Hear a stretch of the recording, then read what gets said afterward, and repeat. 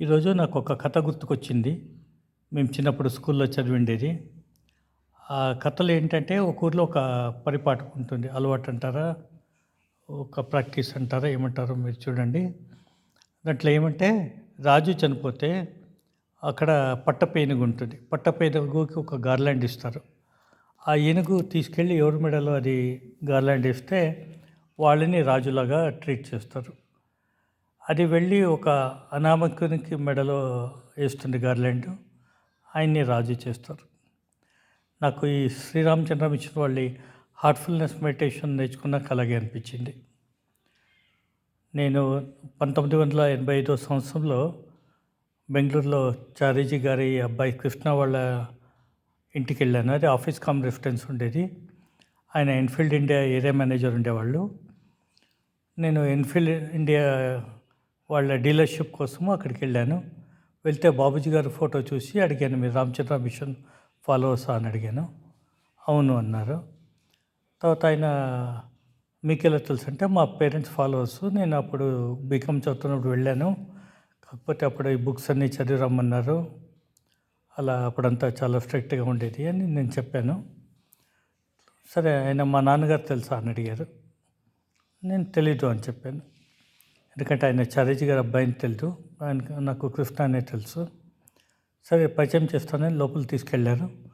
లోపలికి తీసుకెళ్తే చారీజీ గారు మరి సత్సంగ్ కండక్ట్ చేయడానికో సిట్టింగ్కో కింద కార్పెట్ మీద అందరూ కూర్చున్నారు. చారీజీ గారు కూడా కింద కూర్చున్నారు. కృష్ణ బ్రదర్ నన్ను లోపలికి తీసుకెళ్ళి చూపించారు, నన్ను పరిచయం చేశారు. అప్పుడు నేను చెప్పాను, చారీజీ గారు తెలుసు, ఆయన్ని చూశాను, 1974లోనే చూశాను, బాబూజీ 75th బర్త్డేకి అని చెప్పాను. అప్పుడు చారీజీకి కృష్ణ గారు పరిచయం చేశారు, వీళ్ళ పేరెంట్స్ అబ్బాయిస్ అంట అని. అప్పుడు చారీజీ గారు అక్కడ ఉన్న చైర్లు చూపించి అక్కడ కూర్చోమని చెప్పారు. వాళ్ళంతా కింద కూర్చొని ఉంటే నాకు అలా పైన కూర్చోవడం ఇబ్బందిగా అనిపించింది. అలాగే అడ్జస్ట్ అయ్యి ఎడ్జ్కి చైర్లో కూర్చున్నాను. వితిన్ సెకండ్స్ ఆయన అన్నారు, you also SIT for meditation అంటే నేను మెడిటేషన్ కూర్చున్నాను. తర్వాత బ్రదర్ దొరై గారిని పిలిచేసి సెకండ్ అండ్ థర్డ్ సెట్టింగ్ ఇవ్వమని చెప్పారు. నాకైతే ఆ ఇన్సిడెంట్ గుర్తొచ్చినప్పుడంతా నేను స్కూల్లో చదివిన పాఠం గుర్తు వస్తుంది. అలా అన్ఎక్స్పెక్టెడ్గా బంపర్ ప్రైజ్ వచ్చినట్టు. నాకు ఆ రోజుల్లో ప్రిసెప్టర్స్ చాలా స్ట్రిక్ట్ ఉండేవాళ్ళు. బుక్స్ చదివి రమ్మనేవాళ్ళు, 2-3 రౌండ్స్ తిప్పేవాళ్ళు.